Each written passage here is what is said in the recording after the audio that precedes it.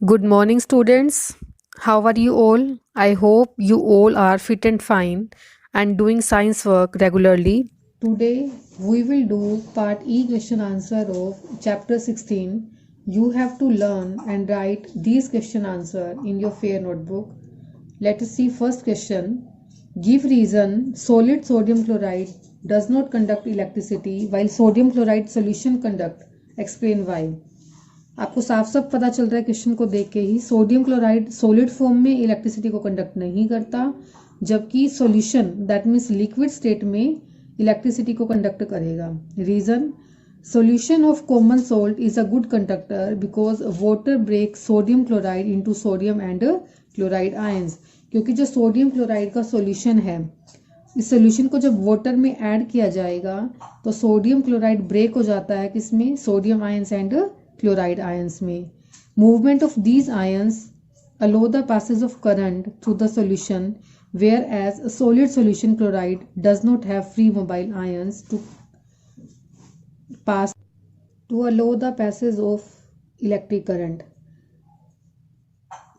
जो सॉल्यूशन लिया हमने सोडियम क्लोराइड का, वो इलेक्ट्रिसिटी को कंडक्ट करता है क्योंकि इसमें आयंस होंगे, फ्री आयंस, जबकि जो सॉलिड सोडियम क्लोराइड है उसमें फ्री मोबाइल आयंस नहीं होते, जिसकी वजह से ये इलेक्ट्रिसिटी को कंडक्ट नहीं करेगा। क्लियर हो गया? एक बार दोबारा से सुनो।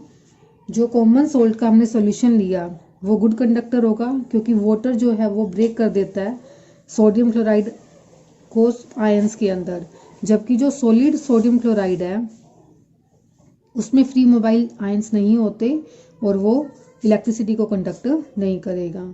नेक्स्ट है, it is not safe to carry out electrical repairs outdoor during heavy downpour. जब तेज बारिश हो रही होती है तो उस टाइम पे हमें इलेक्ट्रिकल रिपेयर्स नहीं करने चाहिए। किस लिए? Because it is very risky and unsafe. Rain water contains dissolve salt, therefore rain water can conduct electricity. Electrician may get shocks while working outdoors during rain. क्योंकि जो रेन वाटर है उसमें salt present होता है और electricity का good conductor होगा rain water. Electricity का गुड कंडक्टर होने की वजह से जो इलेक्ट्रीशियन है उसको चोट लग सकती है, करंट आ सकता है उसको, इसीलिए जब ड्यूरिंग रेन, बारिश के टाइम पे इलेक्ट्रीशियन को बाहर इलेक्ट्रिसिटी का काम नहीं करना चाहिए। नेक्स्ट है, to carry out electrolysis of water a few drops of sulphuric acid are added to the water. Explain why. जब इलेक्ट्रोलिसिस की जाती है, इलेक्ट्रोलिसिस प्रोसेस किया जाता है, तब उसके अंदर सल्फ्यूरिक एसिड की कुछ ड्रॉप्स ऐड की जाती हैं। ड्रॉप्स ऐड क्यों करते हैं हम? To make water more conducting, water को ज़्यादा कंडक्टिंग करने के लिए, because pure water is bad conductor of electricity. और you can write to make reaction fast. जो भी केमिकल रिएक्शन होती है, रिएक्शन को फास्ट करने के लिए, उसकी स्पीड को बढ़ाने के लिए किसका ऐड किया जाता है? सल्फ्यूरिक एसिड का।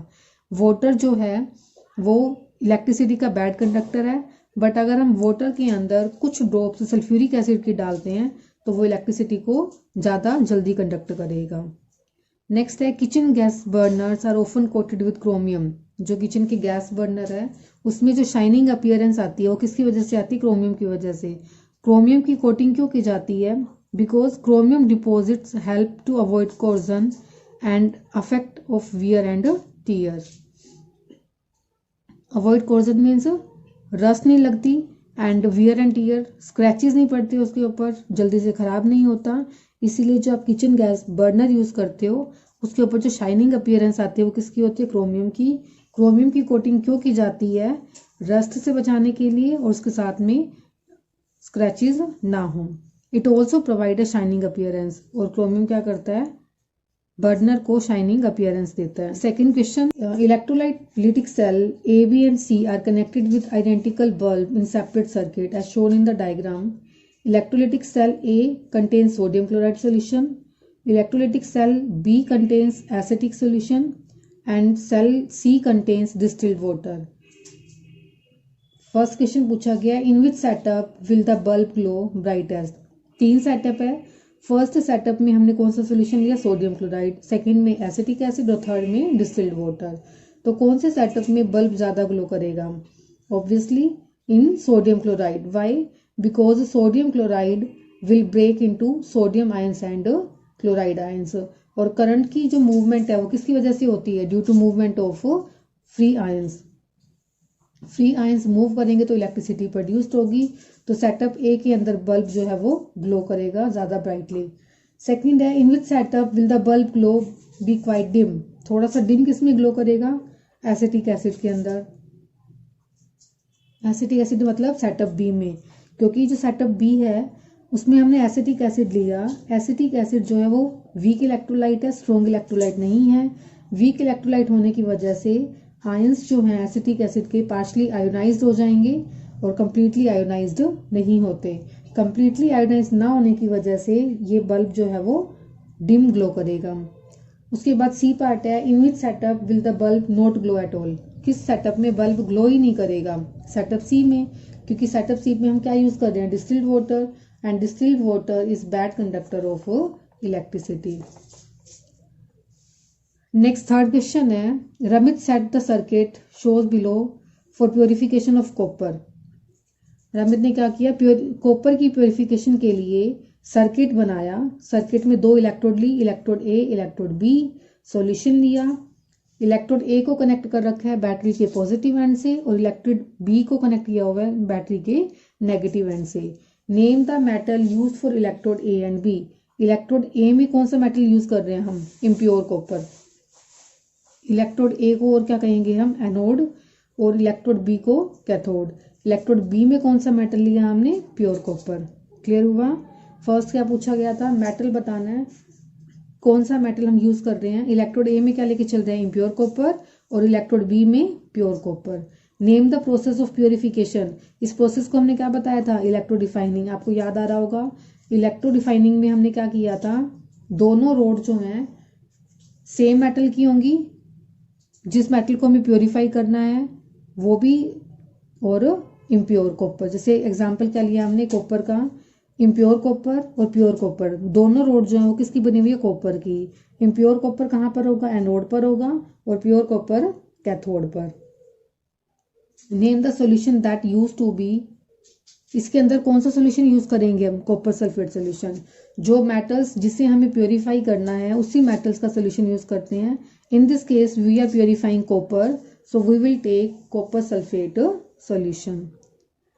नेक्स्ट है, व्हाट इज इलेक्ट्रोप्लेटिंग। इलेक्ट्रोप्लेटिंग क्या है, the process of depositing a thin layer of any desired metal on another material.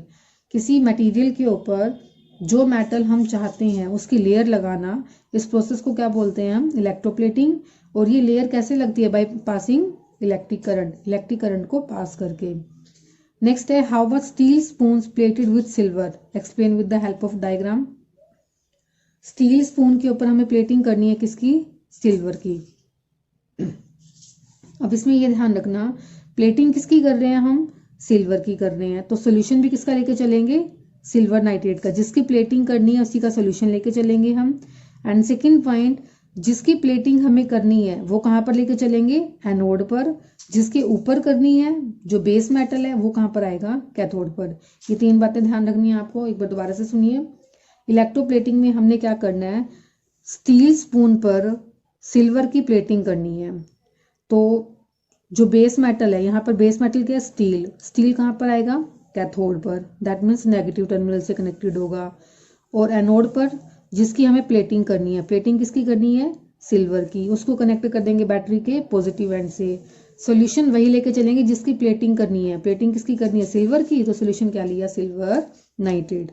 बस यही बात याद रखनी है आपको।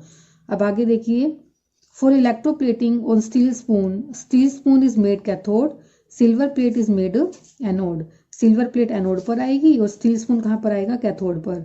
और सोल्यूशन कौन सा लिया हमने, silver nitrate solution. When current is pass to the electrolyte, जब करंट पास करेंगे केमिकल रिएक्शन होगी। After few minute a thin layer of silver is deposited on a steel spoon. Steel spoon के ऊपर कुछ देर के बाद में सिल्वर की लेयर डिपॉजिट हो जाएगी। नेक्स्ट है, state any 3 uses of electroplating.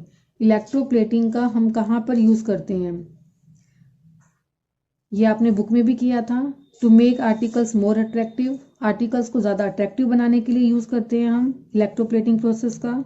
Electroplating जो है, it increase the strength of base metal, base metal की स्ट्रेंथ को इंक्रीज कर देती है। जैसे पीछे क्वेश्चन में हमने क्या किया, बेस मेटल क्या लिया था, स्टील स्पून, और उसके ऊपर जब सिल्वर की हमने कोटिंग की तो सिल्वर ने बेस मेटल स्टील की जो स्ट्रेंथ है उसको इंक्रीज कर दिया। It helps to minimize the cost of article, और आर्टिकल की कॉस्ट को भी मिनिमाइज करता है by making article with less expensive metal and only a thin coating of expensive metal over it. जो एक्सपेंसिव मेटल है उसकी थोड़ी सी लेयर लगाई जाती है, तो इसी वजह से जो मेटल है उसकी कॉस्ट कम हो जाती है। तो मेटल की कॉस्ट को मिनिमाइज करने के लिए, सेकंड क्या बोला हमने, स्ट्रेंथ को इंक्रीज करने के लिए बेस मेटल की, and to make articles more attractive, articles को ज़्यादा अट्रैक्टिव बनाने के लिए यूज़ किया जाता है। नेक्स्ट है describe an experiment to show that we can get electrical energy from magnetic energy. एक एक्सपेरिमेंट के थ्रू हमें बताना है दैट मैग्नेटिक एनर्जी को हम किस में कन्वर्ट कर सकते हैं, इलेक्ट्रिकल एनर्जी में। आपने 6th स्टैंडर्ड में किया था that electrical energy is converted into magnetic energy. इसका एग्जांपल दिया था आपने इलेक्ट्रोमैग्नेट। इलेक्ट्रोमैग्नेट क्या करते हैं, जैसे जो क्रेन्स होती हैं हैवी आयरन ऑब्जेक्ट को उठाने के लिए, एक प्लेस से दूसरे प्लेस पे रखने के लिए इंडस्ट्रीज में इलेक्ट्रोमैग्नेट का यूज़ किया जाता है। जब हम करंट पास करते हैं तो क्रेन मैग्नेट की तरह बिहेव करेगी और आयरन ऑब्जेक्ट को उठाने में हेल्प करती है। बट फैराडे ने हमें बताया that magnetic energy is also converted into electrical energy. तो हमें एक्सपेरिमेंट के थ्रू बताना है how we can convert magnetic energy into electrical energy. Let us see this activity. First of all we take a coil of iron. सबसे पहले हमने एक iron की रोड ली, उसके ऊपर हमने क्या किया, कॉपर की वायर को वाउंड अप किया। Take a coil of a wire with its 2 free ends connected with a bulb, और वायर को, कॉपर वायर के जो 2 एंड है उन दोनों एंड्स को हमने कनेक्ट कर दिया बल्ब के साथ में। Now if we move a rectangular magnet in और out of the coil rapidly we will observe that bulb will light up. जब हम इस मैग्नेट को रैपिडली, बहुत फास्टली मूव करते हैं तो हम क्या ऑब्जर्व करेंगे, बल्ब ग्लो करेगा। This is due to motion of magnet with respect to the coil. Current जो फ्लो हुआ वो किसकी वजह से हुआ, due to motion of magnet, magnet के मूव करने की वजह से। This shows that we can get electrical energy from magnetic energy. तो इस एक्टिविटी से हमें क्या पता चला, दैट मैग्नेटिक एनर्जी जो है वो इलेक्ट्रिकल एनर्जी में कन्वर्ट की जा सकती है। बिल्कुल ईजी है। कैसे बताया हमने, सबसे पहले एक हमने आयरन की रोड ली, उसको कॉपर से वाउंड अप किया, कॉपर वायर के जो दोनों एंड है उसको बल्ब से कनेक्ट किया। When we take magnet in और out fastly then we will observe that bulb will glow. This shows that magnetic energy is converted into electrical energy. Last question of this chapter is a coil of insulated copper wire is connected to a torch bulb. Copper wire को हमने एक bulb से connect किया। What would happen if bar magnet is pushed into the coil?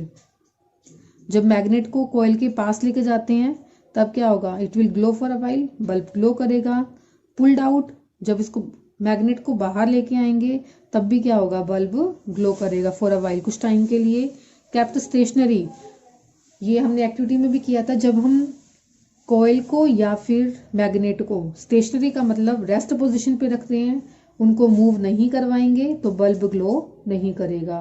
तो bulb glow किस case में करता है, when there is movement between coil and magnet. जब कॉइल एंड मैग्नेट दोनों मूव करेंगे तब बल्ब ग्लो करेगा, बट अगर ये दोनों मूव नहीं करते तो बल्ब ग्लो नहीं करता।